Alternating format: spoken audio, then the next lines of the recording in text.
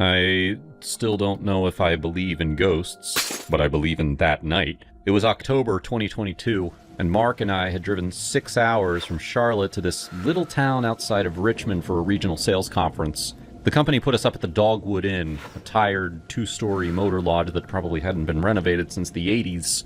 I got to my room first, 212, right at the end of the outdoor walkway. Dropped my phone on the bed while I carried my toiletry bag to the bathroom. When I came back, less than a minute later, Spotify was blasting some song I'd never added to my playlist. This slow, creepy piano thing.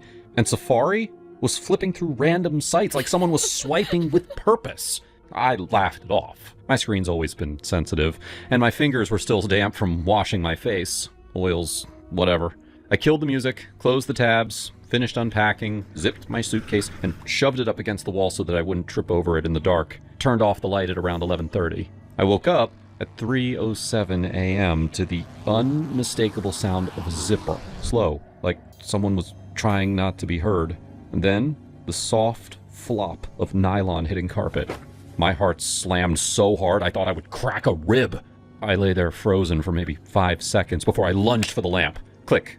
Light flooded the room. My suitcase was wide open in the middle of the floor. Clothes half spilled out. Exactly where it had been before I moved it. I know I zipped it. I know I moved it. I'm obsessive about that stuff. I didn't scream.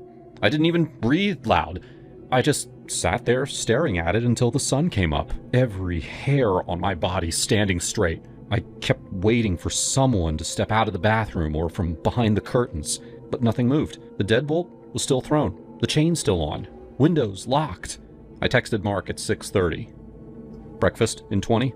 He was already in the lobby with his roller bag beside him like a loyal dog. Dark circles under his eyes, still wearing yesterday's shirt. Looked like he'd been up all night too.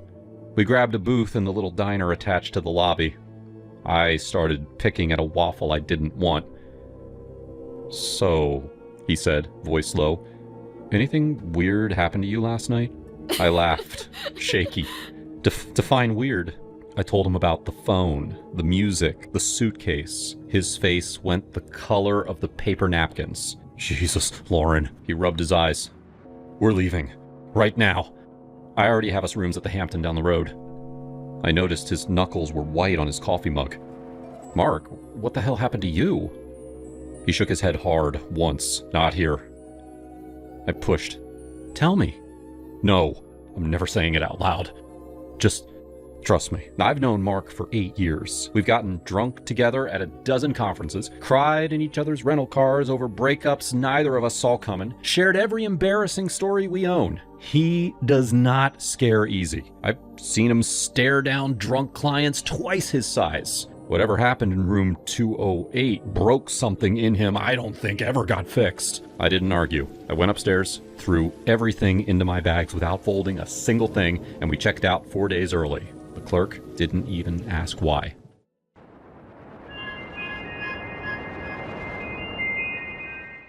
My name is Nicole, and I used to have a very special talent. I could perfectly mimic over 100 distinct animal noises. I imitated fox, wolves, and a bunch of different bird species, and various dog breeds. It was amazing, really. For most of my life, I used this skill as a very cool party trick, a way to impress friends. But in the last couple of years, I started competing in talent shows and competitions. I got featured on Jimmy Kimmel once, which gained me a lot of new followers on Instagram. This summer, I decided to go for the big leagues.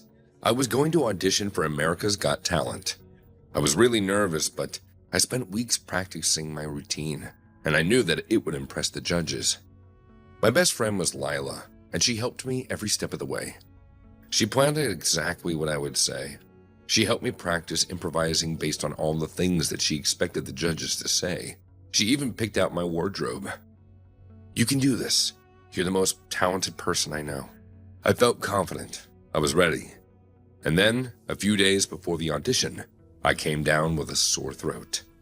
I've been sick before, obviously, but this was the worst sore throat of my life. The pain was excruciating. Lila convinced me not to go to the hospital until after the competition. She gave me a bunch of medicine which seemed to help. I felt better, but I lost my voice. I could still do some of the animal sounds, but it wasn't the same. My talent was gone. On the day of the audition, I didn't go.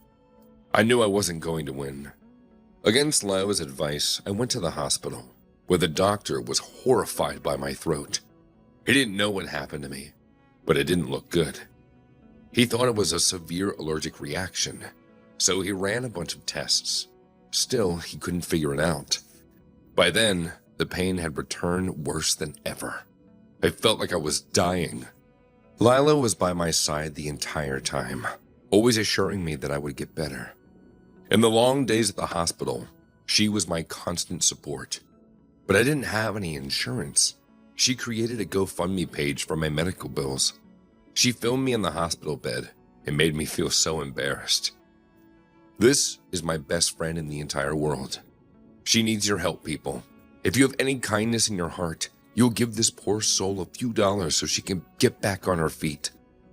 While I got sicker and weaker, she managed to raise thousands of dollars. Some of it came from our friends, but most of the money was complete strangers. I was in the hospital for a full week before the doctor figured out what was wrong. He asked Lila to leave the room so he could talk to me in private.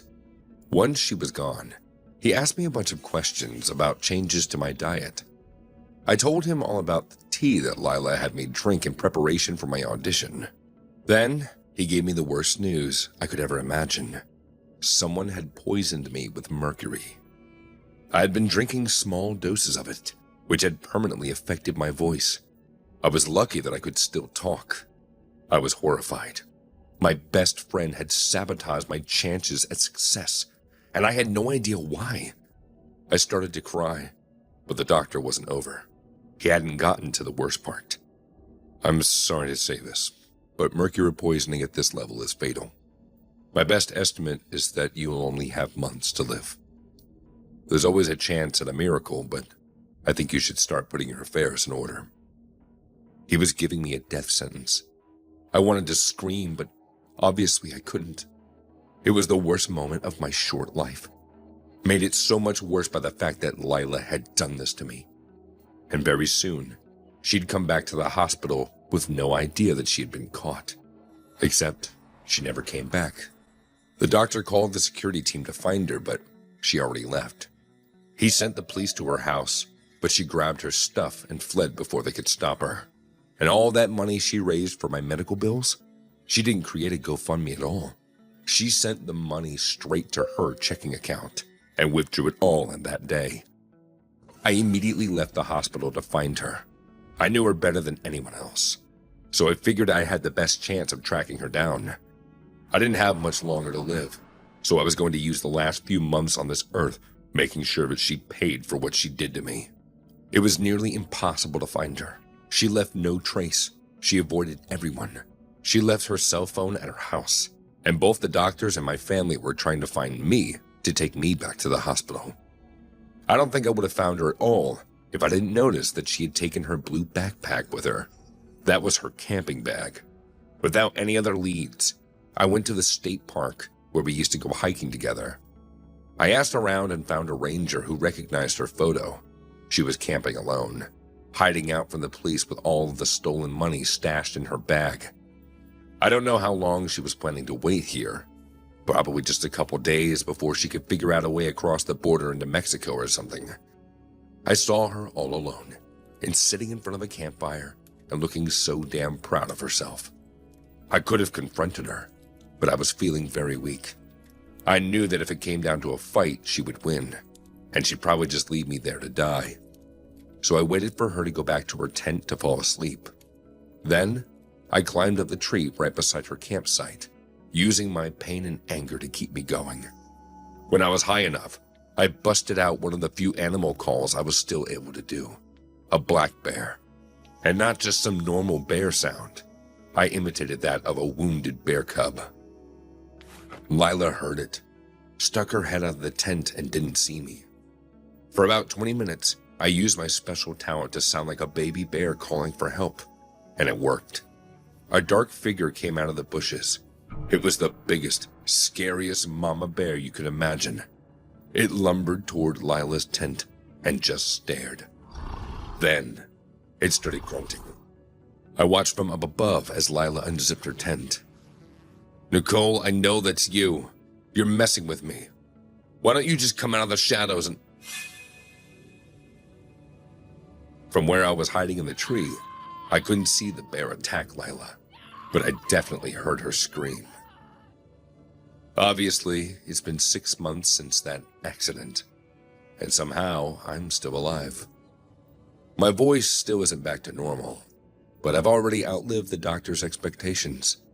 I could die tomorrow, or I could live a long, happy life with all the money that I got from Lila's backpack. I only wish that she was still here on this earth to share some of the stories with me.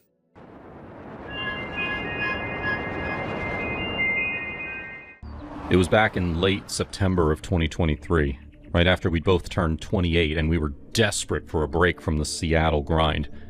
I had just wrapped up a brutal quarter at the tech startup where I was drowning in code reviews, and Em was coming off night shifts at the ER, saving lives while the rest of us scrolled TikTok. We needed something raw. Something that wasn't another overpriced glamping spot with Wi-Fi and s'mores kits. So we threw her old Jeep's back seat full of hiking gear, a cooler of White Claws, and drove east toward the Cascades, chasing those forgotten Forest Service roads that Google Maps barely acknowledges. "Turn up the playlist, babe," Em said, kicking her Tevis up on the dash. She had this way of making even a 6-hour drive feel exciting. "Only if you promise not to butcher Cruel Summer again." Ha! I shot back, laughing as she flipped me off.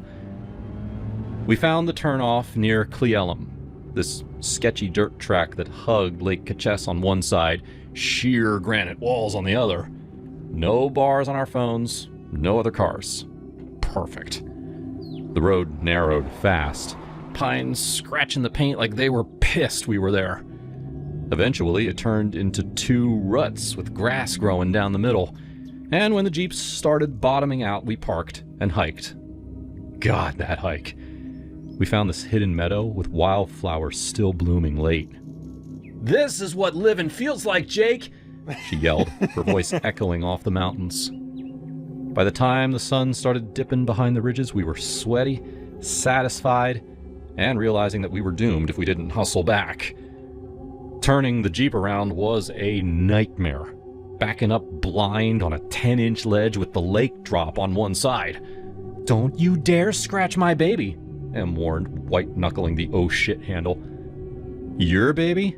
Pretty sure I paid for the lift kit, woman."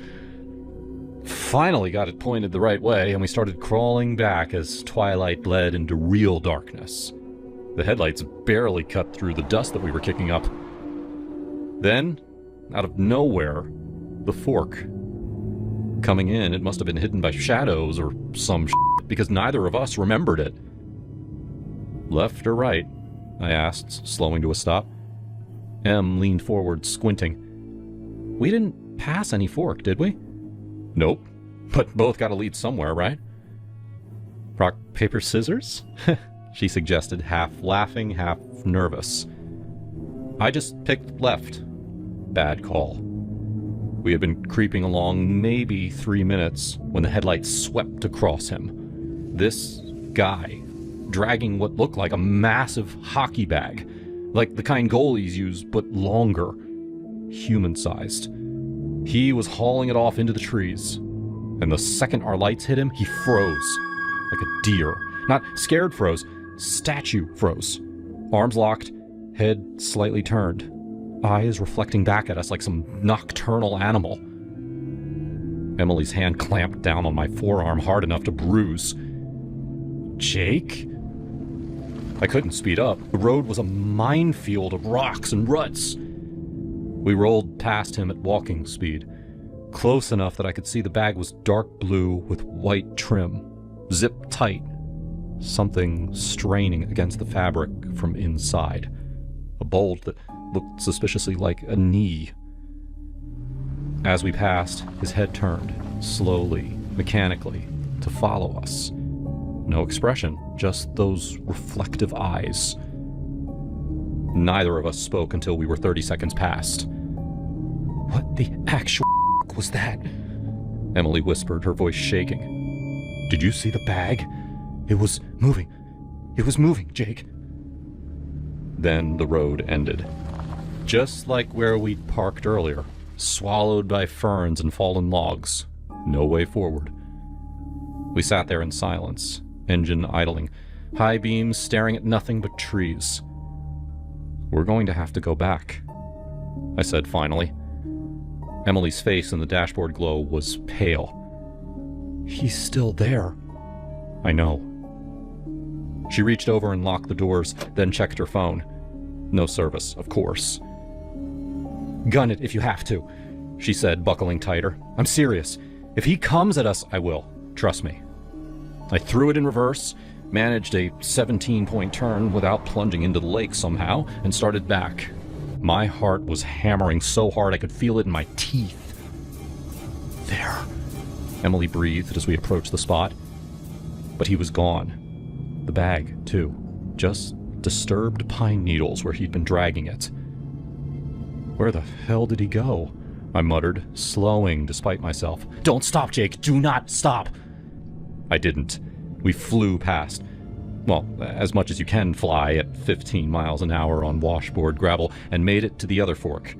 The right one this time. The real way out. We didn't speak again until we hit pavement 20 minutes later. Emily was crying quietly, wiping her face with her sleeve. "There's no way he walked in. We were out here all day. No other cars, no pullouts, nothing." "I know." "That bag was... God, Jake, what if there was someone in there?" I couldn't answer. Just reached over and held her hand as we sped toward civilization. We reported it, of course. Drove straight to the Kittitas County Sheriff's Office in Ellensburg. The deputy who took our statement was this older guy with a mustache who looked like he'd given up on life in 1987. "So let me get this straight," he said, not looking up from his form. "You saw a man with a large duffel bag in the middle of nowhere. He froze when you shined your lights on him, and then disappeared when you came back through?" "And the bag looked like it had a body in it. It was moving, like someone trying to get out." The deputy finally looked up. His eyes flicked between us, then down to Emily's scraped knees from our hike and my muddy boots. Something shifted in his expression. "You two been drinking?" "We had one White Claw each 6 hours ago. We're not making this up." He sighed, closed the folder. "Look, that area's got more grow ops and labs than you can shake a stick at. Probably some tweaker hauling his harvest. Or worse. But without a plate, without seeing his face clear, hard to do much." "Worse?" Emily asked quietly. He hesitated. "We've had disappearances. Hikers, runaways. Sometimes they turn up in pieces. Sometimes not at all." Emily went white. I felt the bottom drop out of my stomach. "There was a case last year. Girl from Seattle, 26. Went hiking near Salmon-le-Sac, never came back. Found her backpack eventually. Nothing else. We'll send a unit up tomorrow," the deputy said, but we both knew what he meant. Tomorrow. After rains. After whatever that guy was doing was long done. We drove home in silence. Stopped at a motel in Cle Elum because neither of us could handle the pass at night anymore. Emily showered for 45 minutes. Came out with red eyes. "I keep seeing his face. Those eyes. Like he wasn't scared of us at all." He knew we couldn't do Middle of nowhere, no service. "Do you think he or she's still alive? Whoever was in that bag?" I didn't answer. Couldn't. Because the truth was, whatever he'd been dragging had stopped moving by the time we came back through.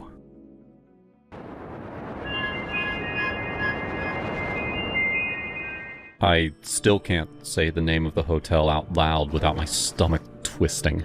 It was one of those shiny towers in Quezon City attached to a mall, the kind where you can roll out of bed, buy Starbucks, and pretend that you're still in America.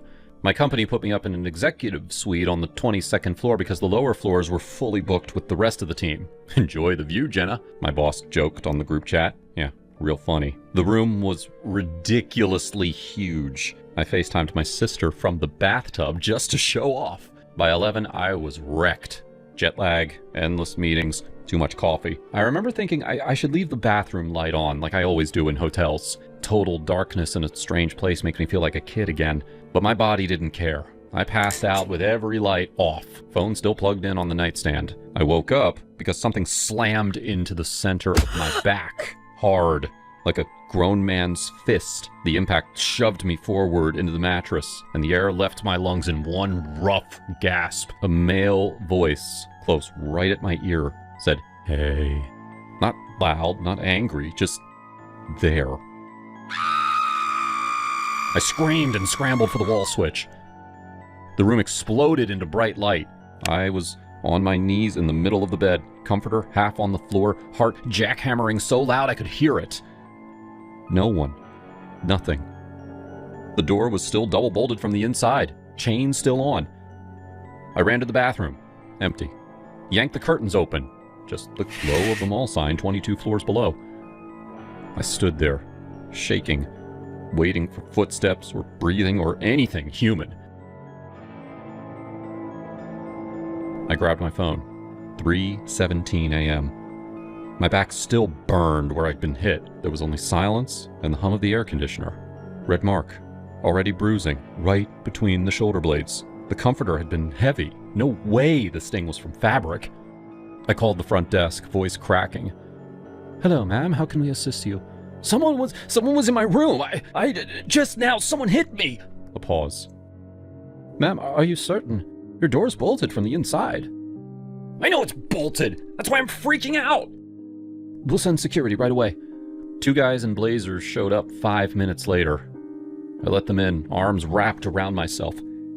They checked the closet, under the bed, the balcony door that didn't even open. One of them radioed down, "Room 2218 clear. No intruder present."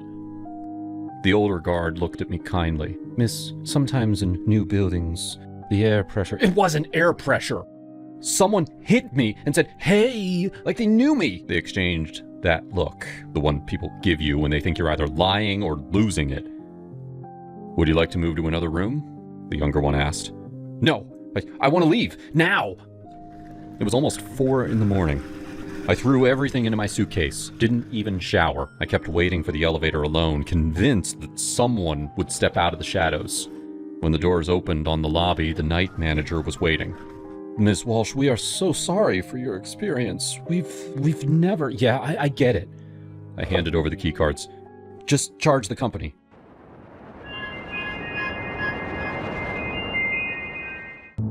Last summer, I took a road trip by myself from California to my cousin's wedding in Texas. Normally, I'd just fly there, but the plane tickets were surprisingly expensive. I'd always wanted to do a road trip, so I figured that this was the perfect opportunity. I drove for a day straight before stopping at a hotel in New Mexico for the night. The next morning, I woke up early and continued the drive. I brought a bunch of snacks with me so that I didn't have to keep stopping for meals, but by that second afternoon, I really needed a break. I was in the middle of the desert when I saw a sign for a rest stop up ahead. I pulled off the highway into an area with public bathrooms, a gas station, and a McDonald's. I don't particularly like fast food, but it was the only restaurant for miles, so I parked outside the McDonald's and headed in. There were a few truckers inside, but it was mostly empty. I went up to the counter, where a pimply-faced teenager was waiting to take my order. His name tag said Asa. I asked for a chicken nugget combo and then paid in cash. Asa seemed pleasant enough, but he kept glancing over his shoulder to the kitchen behind him. I just assumed that he was a new employee and didn't want to mess up. I sat near the window and waited for my food. After a few minutes, I heard some commotion in the kitchen. It sounded like a woman's voice was screaming, and a man's voice was quietly apologizing. I glanced over at the truckers, who were all standing up to leave. They ignored the commotion. I figured I should too. But once they were gone and I was the only customer left, the screaming got louder. I couldn't make out specific words, but it sounded like the world's worst boss lashing out at her poor employee. Ugh, I felt absolutely terrible for that pimply kid. I knew it wasn't any of my business, but I couldn't stop myself. I stood up and I walked back to the counter. I tried to peer around the corner into the kitchen, but I didn't see anyone. The screaming stopped, and then I heard something heavy crash to the floor. The male voice, presumably Asa, whimpered in pain. It sounded like his boss had thrown something at him. Without thinking, I jumped over the counter and ran into the kitchen. The cashier was lying on the ground, a metallic shelf pressed on top of him. I didn't see the woman anywhere. I raced toward him and pushed the shelf to the side.